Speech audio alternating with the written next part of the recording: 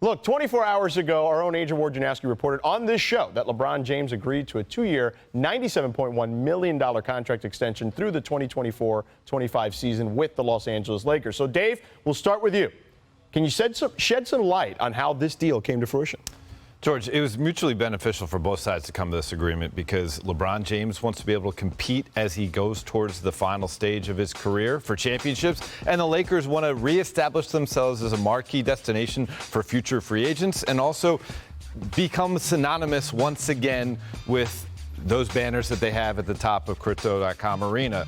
Now, the reason why you see this right now is it was a business decision by LeBron James. Him and his representative, CEO of Clutch Sports, Rich Paul, saw that there was an offer on the table to make $50 million when he's 40 years old.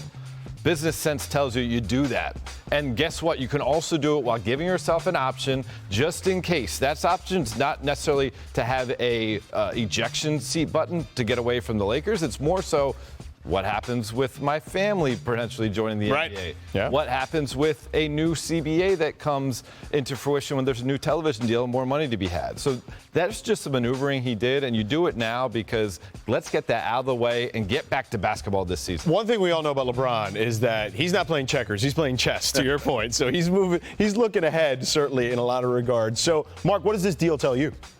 I'm excited about Bronny James' future with this. Who's playing right now, I believe, in London as we speak. Yeah. So, LeBron could opt out in 2024. I think that's something that hasn't really been talked about much. You see the hops from the young fella. He's ranked 39th. We got to move him up on the ESPN 100 list.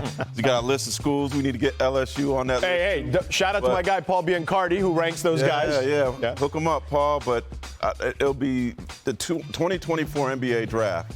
No matter what he does, college or G League Ignite, is going to be so interesting because we've never had an NBA player play with his son. Right. LeBron James idolized Ken Griffey. Yeah. And we had the opportunity to Griffey play with Jr. his father and Senior, right? Yeah. In Seattle. And so LeBron also can make history with this, the ability to play with his son. So what's going to be also interesting is where the Lakers select in that draft. If somebody would have the guts to select Bronny.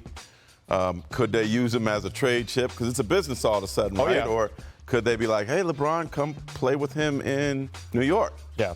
So there's a lot that is going to come in that draft. It's funny because I actually, over the summer, saw a Ken Griffey Jr. documentary on MLB Network, and LeBron was in the documentary talking about how he idolized Ken Griffey Jr., so it's fascinating. Now, what about the Lakers' future in regards to this particular deal, Dave? Like, what does that look like?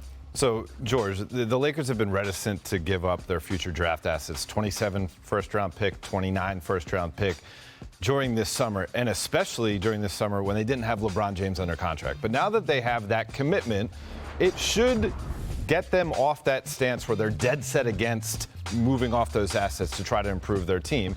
And this could re-energize the phone calls that Rob Pelinka makes to teams like Brooklyn or Indiana or Utah in order to get this team better in the short term prior to training camp in terms of getting the pieces around LeBron and AD to be more championship ready. But here's the deal. LeBron just wants to be in a situation where he can compete for the playoffs once again. Yeah. Once he's in the playoffs, he feels like, I got a chance. More often than not, when he makes the postseason, he's in the NBA Finals. And so even if they don't make this major seismic trade between now and training camp, it won't be like LeBron is digging his feet in and unhappy with the team. He recognizes that it could lead up until all the way to the trade deadline before that type of deal could occur. Dave knows this as well as anyone. Mark, you as well. When you're in the LeBron James business, you are absolutely trying to push every year to win a championship. That should be the goal. How do you see this situation? Well, the great Bill Plaschke didn't like it. LA Bill's always mad about something. Every time I read one of those headlines. He beat it up. Interesting article to read.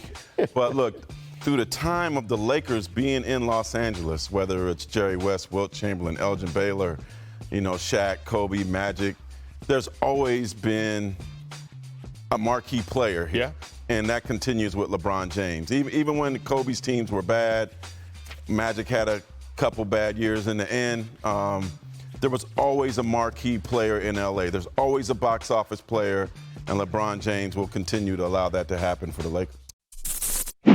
Thanks for watching ESPN on YouTube. For live streaming sports and premium content, subscribe to ESPN Plus right now.